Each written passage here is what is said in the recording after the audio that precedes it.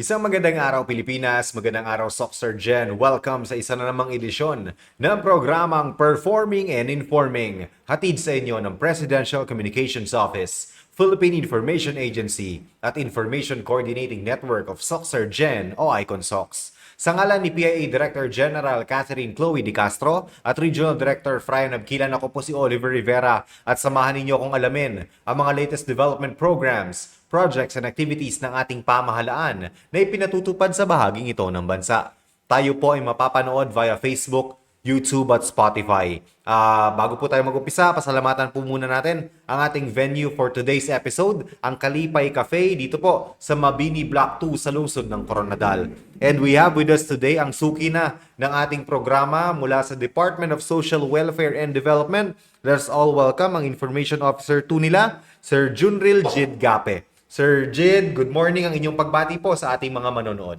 Yan, isang maagap at mapaggaling umaga po sa ating mga taga-panood at taga-pakinig ngayon. And also, isang maagap at mapaggaling umaga din po sa aming Secretary ng DSWD, Secretary Rex Gatchalian, and of course, sa aming Regional Director of DSWD FO12, Regional Director Loreto Jr. V. Cabaya, and our focal over the social pension program, Ma'am Lyra PD. No, pag-uusapan po natin, Social Pension Program for Indigent Senior Citizens. Isa sa mga putok na Yes. programa ng inyong ahensya, Sir Jed. Lately, nakita po natin na ang daming pumipila sa Philippine Statistics Authority or dun sa mga LGUs na kumukuha ng National ID. Kasi may mga bali-balita po na requirements, national ID sa pagtanggap ng social pension para sa mga senior citizens. In fact, may nag-viral pa. Yes. Sige po, i-explain natin to, Okay Sir po, Jed. for the national ID, alam naman po natin na isa sa mga vulnerable sector ng ating bansa ang mga lolo't lola. But ngayong 2026 po, kailangan na po ng mga lolo't lola na magkaroon ng national ID. Bakit po? Sa pinibagong guidelines po na ibiniba ng Central Office ng DSWD to the DSWD FOs, Yeah. kabilang na po dito si FO12, sa panibagong guidelines niyo na nakalagay na dapat magiging primary ID na po si national ID. Ibig sabihin, kung may primary, meron din tayong secondary. Secondary, yeah. Yes, hindi naman po ibig sabihin. Dati kasi, Sir Oliver, 2025 and ginagamit po kasi natin during this payout of stipend o pamamahagi ng kanilang mga allowance sa mga lolo't Yeah. lola is the OSCA ID. OSCA Yun lang po ID, yung okay. pinakatanging requirements lang sa pagkuha nitong kanilang pensyon. But then for this 2026, as panibagong guidelines, magiging primary ID na po si national ID. Kasi alam naman natin lahat na lahat dapat mayroong national Yeah. ID. Oo. That is why kailangan po nilang magkaroon nito at magparehistro sa ating Philippine Statistics Authority o PSA dito sa Region 12. Yung national ID po, primary lamang.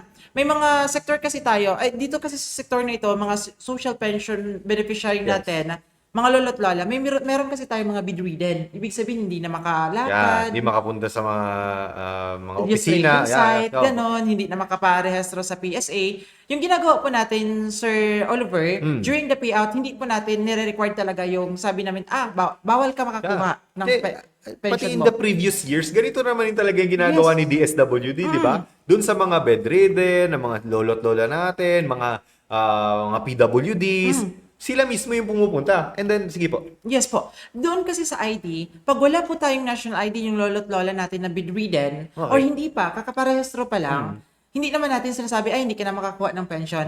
Meron po tayong secondary ID. Ano po yung mga secondary ID? Papasok na po dyan si OSCA ID. Pwede na. Yes, pwedeng gamitin si OSCA ID, yung ating PhilHealth ID, Passport, kung may passport. passport ID, driver's license. Oh. merong mga ganun. Meron din tayo yung sa BIR natin na ID. PIN. Yes, as long as meron yun, and meron tayong voter's ID. Oh. Yan din yung hindi talaga mawawala, Sir Oliver. At side note, marami pa tayong mga secondary ID na pwedeng gamitin. Na proof na siya talaga yon, no? Yes, Diba? yun lang naman yung kailangan. Photocopy lang yun, na permahan sa ilalim. 3 specimen lang yan, either signature or thumb mark doon sa hindi na talaga kaya.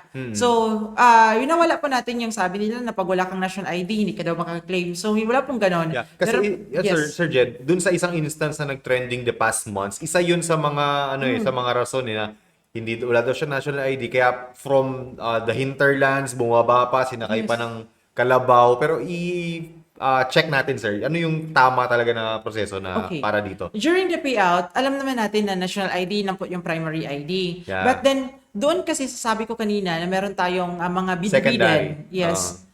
Meron Pwede. po kasi tayong dalawang form of payout. Sige. Yun po itong ginagawa natin na binabaranggayan. Ibig sabihin doon sa barangay, sa payout venue kukuha ng pensyon na 1,000 a month. So, ibig sabihin, quarterly tayo dito sa Rion 12, 3,000 Per quarter. Yes, per quarter.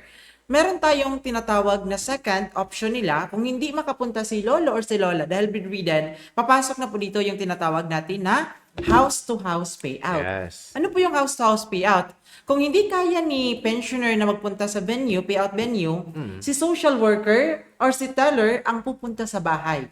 Kung hindi naman kaya, kasi meron kasi tayong tinatawag dyan na may mga malalayo talaga na Yes. area na hindi pwede ma-payout yan kasi sa bayan yan. Yeah. Magsischedule tayo ng unpaid. Ibig sabihin yung hindi nabayaran ngayong araw ng mga bedridden, meron tayong schedule for them For para- visitation. Visitation and Yun. payout. Kasi hindi pwedeng bayaan natin yon. Kung ayaw naman nila na ma-delay, kasi minsan, yung ano natin, gusto talaga nila Gusto makuha na sabay that din day. sila. Yes. Oo. Meron tayong tinatawag na, papasok yung, pang third na, second person. Yan talaga yung pangalawa eh. Paano yun? Paano yun? Second person, ibig sabihin, kung ako yung anak ng matanda, Yes. ako yung kukuha on behalf of my mother or my tatay. Pwede may proxy. Yes. Yun Okay. po yung... Ano yung kailangan i-present? Okay. Before kasi the payout, Sir Oliver, meron kasi tayong tinatawag na meeting with the, Yes. nagamiting yan sila per barangay, per association nila, na ito yung requirements natin, payout natin next week. Okay. Piniprepare. For the second person, ang kailangan po natin, authorization letter Yeah. from the DSWD na kukunin sa OSCA. Mm. Second, photocopy ng ID ng kukuha. Okay. Then, ng beneficiary. Yes, ng beneficiary. And the third, yung photocopy ng ID ng kukuha. Okay. Na, ibig sabihin, kung sinong kukuha, ID niya dapat. Yun nandoon. The third one, meron kasi tayong, fourth one, add-ons natin. Ito yung tinatawag natin na picture with the matanda na meron tayong hawak na kalendaryo. Okay. Proof po yun. Hindi po yun ibig sabihin na dagdag pasanin. Proof po natin yon para makuha po or malalaman din ng mga workers na buhay po si Lola, nandiyan si Lola. At kay Lola talaga mapupunta yung pera. Yun po Dati, yun. kung calendar or pwede dati, dyaryo. Dyaryo daily. talaga, Oh, yes. dyaryo na daily na national dailies na. May nakalagay. As long Oo, as may meron, pero ngayon calendar talaga. Calendar ang ginagamit. Kung anong date, month ng payout or quarter yun, Oo. papasok dapat doon, makikita, pipicturean silang dalawa. Basta hindi AI generated. Yes, Baka makikita naman yun talaga. Oo, Ma-identify fact-check yung mga natin. edited, Oo. yung mga tampered lang, Yeah. ganon, makikita yun. Yun po yung Bawal mga- yun.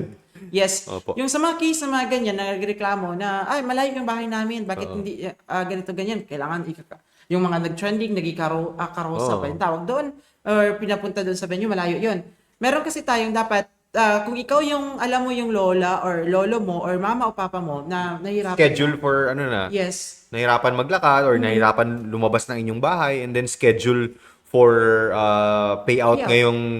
ngayong week. So, alam nyo na asikasuhin na lang din. Yes, before the payout, merong meeting. That's why before the payout, kailangan ma-prepare ang requirements, sinong puntahan. Si president po ng mga senior natin. Okay, Kasi sa mga sila ang association pupunta. din nila. For Yes. example, payout this week, hindi ako makakapunta or hindi makakaano kasi masakit yung mga tuhod or hindi Tama. talaga makalakad. Inform your President. association presidents para malista kayo doon sa easy schedule for house to house. Yes, or else second person. Or else second Pwedeng i-process person. the Oo. time at makukuha kung kailan ang payout na schedule. Sige po.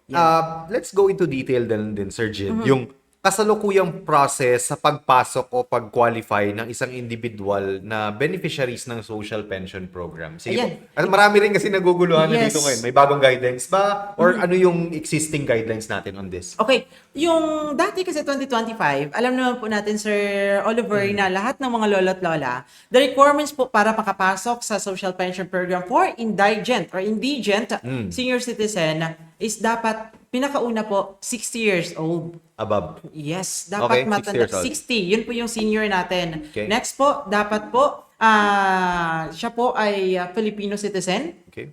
Yan po yung pangalawa natin. The third one, kailangan po walang pensyon from SSS, GSIS. FIBAW, AFP Imbay at iba pa. The next one, walang suportang galing sa pamilya. Ibig sabihin, napabayaan, gano'n na, siya na lang mag-isa, at walang pinagkukunang kita. Walang mga malaki tindahan, gano'n, mga gano'n, at iba pa. At yung isa po, sir, dapat tinatawag sila talaga. Kasi kung category na yung sinasabi ko lahat, pag wala ang isang taong nun, ang wala ang isang lolang ganon, matatawag po siyang indigent. Ibig Yes. sabihin, mahirap. Indigent po. Doon po yung isa sa mga requirements. Yeah. For last year 2025, ang kailangan po natin, kailangan mag-apply po ikaw is 6 years old sa OSCA.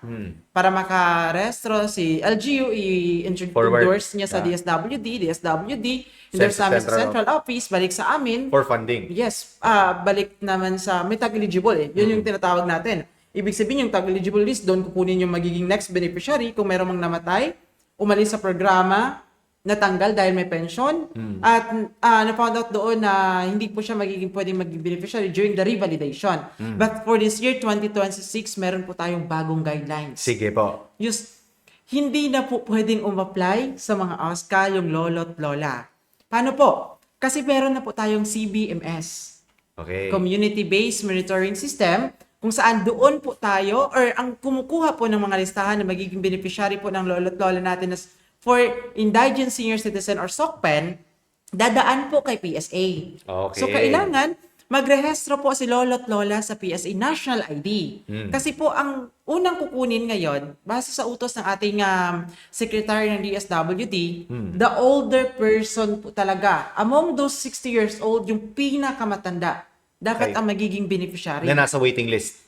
At older person na magiging pasok doon sa guidelines na sinabi Okay. kanina. Sige. Kasi yun naman yung kailangan. So si PSA, ito na po yung bagong process. Si PSA, tatapon niya kay DSWD, Central Office, then si DSWD ko cross-match niya doon sa mga pension. Okay. Kung may SSB ito.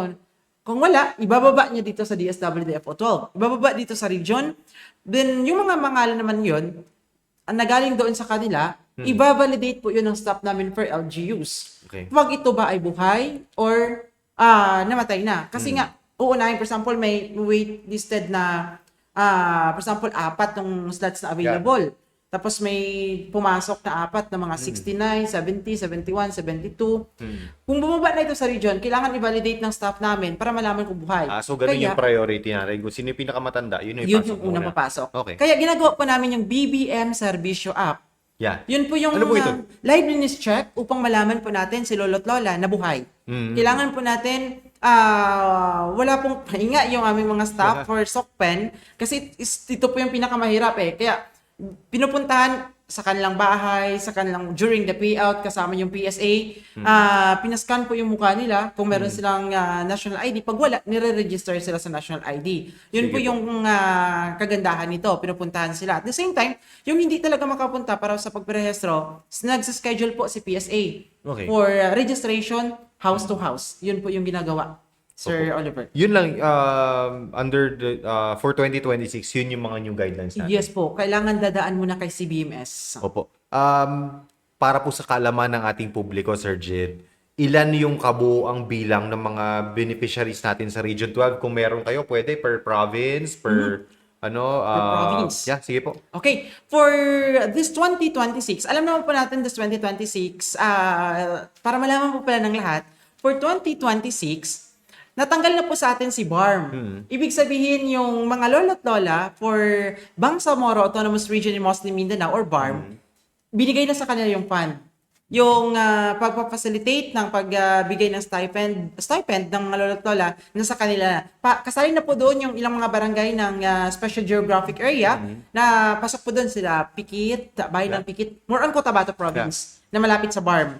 Kung saan, sila na po yung magbibigay. So ibig sabihin, from the 279,058 na dati, 279,058 na mga benepisyaryo, ang naiwan sa atin sa Region 12 for the active beneficiary is 245,083 na lamang po.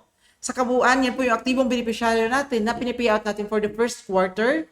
And the next one, for the, yun po yung total at sa paghahatiin natin yun, meron tayong 33,877 for Sarangani Province and 51,221 for Sultan Kudarat, 62,364 South Cotabato, and 82,000 333 for Cotabato Province, and meron tayong 15,215 for General Santos City kasi Lone City po sa Gensan. And of course, meron tayong 77 po ng mga PDLs. Persons deprived of liberty. Kasali rin sila. Yes po, na 77. Yan po ay nakahati sa different jails po natin, jail facilities dito sa Region 12. Apo, sir, let's put this into context. Itong 245,083 natin, ito yung may allotted budget for 2026. Yes po. Example, may natanggal sa list na tatlo. For example, from Coronadal City, doon na papasok yung Replacement. Yung replacement na yung pinakamatanda ang ipapasok. Yes po. Okay. So, but before that, since 2025 hanggang 2026 first quarter, wala pa po tayong replacement kasi wala pa tayong nare-receive na guidelines from the central office. Okay. That is why, maraming nagsasabi na mga nagtatanong na mga lolo't lola, may namatay na, may umalis na, may natanggal na. Ang tagal ko na dito sa waiting hindi list. pa kami naipasok. Kasi since 2025, wala po tayong replacement na nare-receive from the central office na pwede na nating palitan. And then wala ding increase on budget. Wala pong increase din sa budget. Pero may mga moves naman siguro, sir. Yes, na, meron po tayong ginagawang steps po yung ating central office kasi magiging kabuang beneficiaryo po from ng magiging beneficiaryo ng social pension program, aabot po tayo ng 277 or 277,542 kung saan magdagdag po diyan yung 11,416 from the yung from the CBMS na data. Yun po yung dagdag na edad kasi yun po yung pinag-aaralan pa ngayon.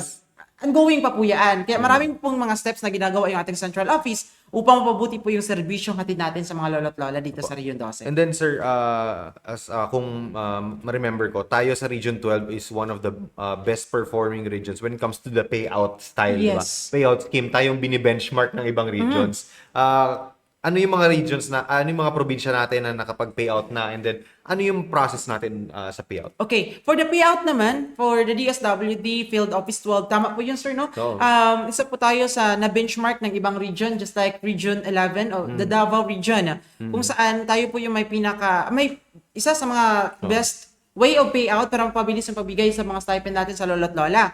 Paano po yun? Meron po kasing dalawang type of payout si DSWD FO12 since the implementation for this program, then 2025, ito po yung pinaka-the best yung tinatawag nating fund transfer scheme at saka yung cash advance. Okay. Dalawa po yun. Sa active po natin, 3 probinsya po ang nakalagay dyan. Si South Cotabato, Sultan Kudarat and Cotabato Province, yan po yung probinsya na naka-fund transfer. Ibig sabihin, fund transfer, si probinsya na po yung nagpi-payout, yung pera dina-download natin sa kanila. Yun po yung nangyayari, dina-download sa kanila yung pera para mas mapabilis yung payout. Kasi pag CA kasi, cash advance, mismo si DSWD yung payout sa mga lolo't lola natin. So, ibig sabihin, hindi naman kasi marami yung staff ng DSWD. That is why, kung kakatapos namin sa isang probinsya, tatransfer kami sa kabilang probinsya. Yun po yung mangyayari. Hindi magiging sabayan. Pero for this FT, pwedeng magsabayan yan, Sir Oliver, no? Na pwedeng magsabay sa South Cotabato, Sultan Kudarat na payout kasi nandun naman yung pera. So, kamusta, sir? With this implementation, ganito yung style natin. Kamusta naman yung feedback natin from the ground? Mas organized ba na ganito or may mga suggestions pa to change din? Actually, maganda yung impact niya at maganda yung feedback na nakukuha namin sa mga lolo't lola. Kasi po, alam mo sa mga lolo't lola natin, meron kasi silang tinatawag na pag meron silang mga kamag-anak doon sa ibang probinsya, tinatawagan niya nila, na-payout na kayo, no? Parang ganon. So dito, tinasabihan na, ay, sabayan pala tayo ng payout, parang ganon. Maganda yung feedback sa kanila. That is why, this year 2026, magiging FT na din si Sarangani Province. Okay. Actually, si Jensen natin, FT na rin. Okay. Last first quarter lang, meron tayong mga LGUs from the Sergeant or Sarangani Jensen na nag-payout ng CA. Ibig sabihin tayo pa yung, kami pa sa DSWD ang nag-payout. Pero this year, 2026, lahat po sila, second quarter, magsa-start na po ng fund transfer. Involved talaga si LGUs. Yes po. Tuloy yung pasalamat namin sa kanila kasi ang support ng LGU to this implementation of the program is sobra eh. Given the limited manpower din ni Yes DSWD, po. malaking ginhawa talaga to para sa inyo, sir. Ang laking tulong nila, Ha? especially hindi na namin problemahin yung pag-request ng security kasi Yeah. nandoon na din sa communication letter na ibinibigay namin sa kanila, the security, Hmm. the tellers, and kung kukulangin lang po sila, pwede silang maghingi ng tulong sa amin sa region na Hmm. magpa-augment para madagdagan po yung mga staff para sa during the payout. Yun po yung pinakaganda nitong FT. Sige po. Sir, ituloy-tuloy na natin discussion natin. How about doon naman sa grievance? Okay. May mga reklamo. For example, may kapitbahay ako, hindi niya deserve na mapasok dito sa listahan nito. Ano yung dapat gawin? Tamang process on grievance. Okay. Sa grievances naman po, sir, papasok dito yung ating tinatawag na Data Privacy Act. Sige. And then, mag-ano tayo, sir? Concrete examples natin. Ano mang nangyari on the ground na common na grievance. Yes, Sige po. okay. Data Privacy Act, papasok dito yung mga tanong or mga grievances natin na kapitbahay. Nireport yung kapitbahay niya rin na may SSS pero nakukuha daw ng pension. Kasi meron kasi tayong mga cases, Sir Oliver, na napasok siya sa SOCPEN before pa siya nag-grant na Tumanggap. magkakaroon ng SSS pension. Yes. Meron ganon. Kasi hindi lahat ng nagbabayad ng SSS, makakakuha agad ng pension. Kasi meron pa pala yan silang kailangan makumpletong bayad. Na months, na months. Yes, yun. Kailangan makumpleto. So, napasok sila sa pension. So, nireport. Ang ginagawa nila, nire-report sa amin na PDO or Okay. kung hindi sila masatisfy sa staff namin doon sa LGU kasi minsan naniniwala, sabi niya baka sa staff niya ng LGU, pupunta sa region. Okay. So, meron po kasi kaming two types of grievances. Sige po. Yung minor grievances namin at yung mga mabibigat na grievances just like 888, pumunta sa Yeah. region. Yung mga minor grievances, yung nag-i-inquiry lang kung paano makapasok. Yun yung pwede yung sagutin sa LGU. But Opo. then for the major grievances, papasok rito yung reklamo. Yun yung sabi mo, sir, na pag nagreklamo siya na SSS yung kapitbahay niya, kinukuha natin yung reklamo. Hindi natin nire-report na kapitbahay niya yung nag-report sa kanya. Yes. Oo. Kasi general yan. Dapat, paghawak namin yung papel, nagsulat sila sa DSWD Field Office 12, email. Confidential yan. Yes, confidential po yun. Walang lalabas sa pangalan kung sino nag-report. At long as, may report na namin doon sa PDO na merong report sa ganito pa, revalidate. Unless na lang may away talaga sila tapos sinabi, sinumbong kita dun sa DSWD. Yun, ganun. Opo, sige po. Pero, ginagawa natin, pinupuntahan niya ng grievance staff. Yes, dapat na maayos. Yes, focal ng DSWD, Social Pension Program, at saka ng staff namin assigned for that LGU, at gagawin yung, ikakandak yung revalidation. Revalidation. Yes. Opo. Pag ma-found out po namin doon, na pensioner po talaga siya ng SSS, Oh. that's the time na po natatanggalin Tanggal. siya sa program. But then, pag hindi naman siya nakalagay doon, kasi meron kasi tayong pwede naman natin ibigay kay Central Office para Yes. revalidation. At the same time, kung hindi, yun po yung ginagawa. Kasi ngayon, yun talaga ang ginagawa. Ibibigay para ano natin, mabangga doon sa Central Office. Pag na-found out, yun na. Ma-action natin yun, tatanggal. Pero pag wala, mari-remain po siya sa program natin. Pag pasok pa siya sa criteria natin na meron ganun. And then, meron tayong isang grievance na medyo malaki rin. Itong pag-transfer, region to region, LGU to LGU, LGU to other region. Mga ganun. Isa po ito sa pinakamalaking grievance kasi bakit po? Hindi kasi pwedeng aalis ng ibang region si Lolo or si Lola na hindi nagpaalam. Okay, for example, Region 12 siya, Pupunta lumipat siya ng 11. Hindi pwedeng diretso na siya doon at kukuha na siya ng pension doon. Okay. Ito po yung process. Para Dapat, ma-endorse. Sige, yes. sige po. Kailangan pong kumuha sa ating OSCA ng certification at sa DSWD kung saang region ng endorsement letter. Okay. Kailangan po yun kasi yun po yung bitbitin niya papunta sa other region. Okay. For example, galing Davao, Region 11, kukuha siya ng ganong requirements, dalawa lang yun, pupunta dito kung anong LGU dito, for example, Coronadal, Sige. ibigay niya kay OSCA yung certification. Tayo naman, may-receive namin yan sa Yeah. DSWD, kukunin namin yung ano na yan, at magtatawagan yung dalawang grievance. Okay. Sige. Kasi hindi pwedeng tanggalin doon kung hindi pa napasok dito. Okay. Yun po yung, kasi priority yan sila sa list, kasi may slot sila eh. May slot sila doon, kailangan muna, magkakaroon sila ng slots dito, maipasok before tatanggalin doon. Okay. Sige, sir. Question lang din regarding this. Diba, 245,883 tayo. Yes, Pag may lumipat na ibang region, mababawas, paano yung, ano lang? Remain pa rin po tayo. Re-remain pa rin tayo and then, dapat meron siya kaswap?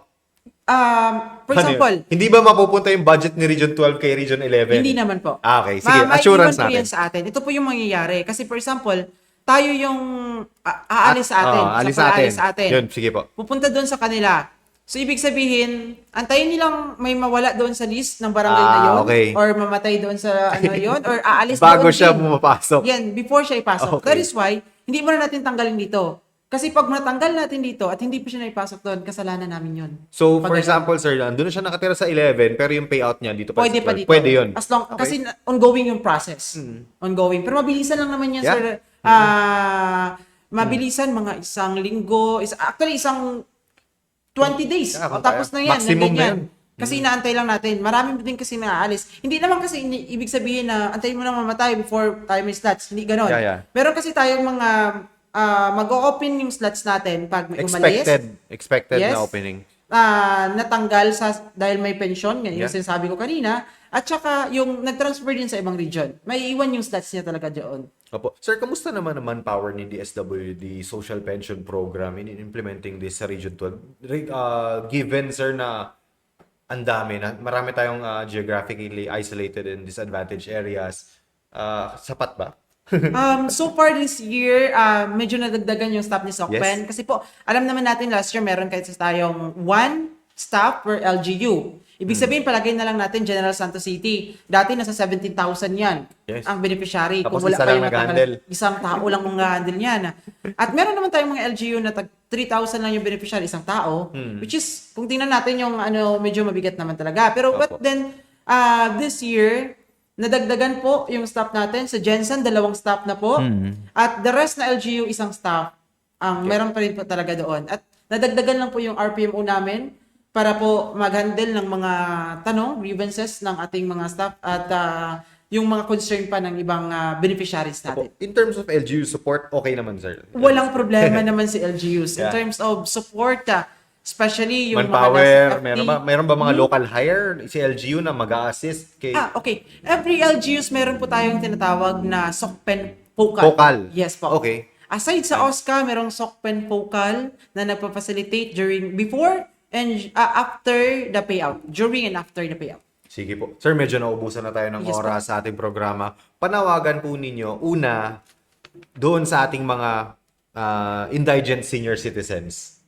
Okay. Sa mga lola at lola po natin sa buong Region 12, sa pangunguna po ng aming Regional Director Loretta Jr. B. Cabayat sa aming focal ng DSW Lyra PD, panawagan po namin na lahat po ng mga hinaing ninyo, katanungan at doon po sa mga hindi pa napasok sa programa, maaari pong dumulog doon sa ating mga staff na nakatalaga dyan sa inyong mga LGU. Ang tawag po namin doon is Project Development Officer assigned sa inyong LGU. At maaari po kayong sumangguni po sa aming Facebook account naman. Yes. Kung meron kayong mga apo or anak na pwede makapag-chat through the DSWD-FO12. At doon naman po sa mga beneficiary po natin, hinikayat po talaga namin kayo na mag-join during the meeting. Kasi doon po lahat talaga yung mga information, dissemination binibigay. Kasi marami pong katanungan during the payout at natitingnan po namin yung background doon na maraming tanong dahil hindi po nag-join ng meeting.